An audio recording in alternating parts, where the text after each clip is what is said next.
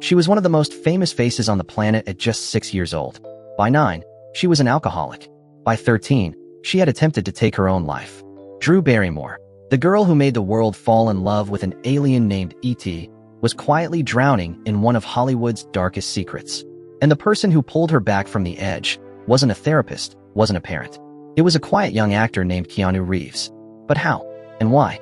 That story has never truly been told, until now. Drew Barrymore wasn't just a child star. She was Hollywood royalty, 7th generation of the legendary Barrymore acting dynasty, a name stretching back to 18th century European theater. When she appeared in Steven Spielberg's E.T. the Extra-Terrestrial in 1982, a film that earned $800 million on a $10 million budget, the entire world adored her. But behind the curls and the wide, innocent eyes was a child in crisis. Her father, violent, erratic, absent, had terrorized her earliest memories. Her mother, Jade, newly divorced, compensated by treating Drew less like a daughter and more like a best friend, dragging her to the legendary Studio 54 nightclub as young as 8 years old, up to 5 nights a week, surrounded by drugs, excess, and adults who should have known better. By 9, Drew was charming grown men into giving her sips of their beer. By 12, she'd graduated to cocaine. By 13, legally still a child, she had attempted suicide. Hollywood didn't save her. It wrote her off. After 18 brutal months inside a psychiatric facility in Venice, California, where she was restrained, medicated, and slowly taught how to feel again, Drew emerged at 14 as a legally declared adult. Alone, living in her own apartment in Los Angeles, working at a coffee shop, rebuilding from ash. She relapsed, then rebuilt again. But the industry had moved on. Doors were closed. She was, in her own words, damaged goods.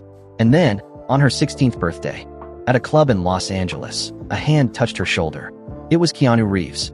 They had worked together in 1986 on the obscure TV film Babes in Toyland. And even then, young Drew had recognized something different in him.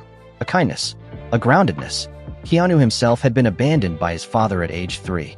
He too had known loss, loneliness, and the particular cruelty of growing up too fast. That night, he said nothing grand.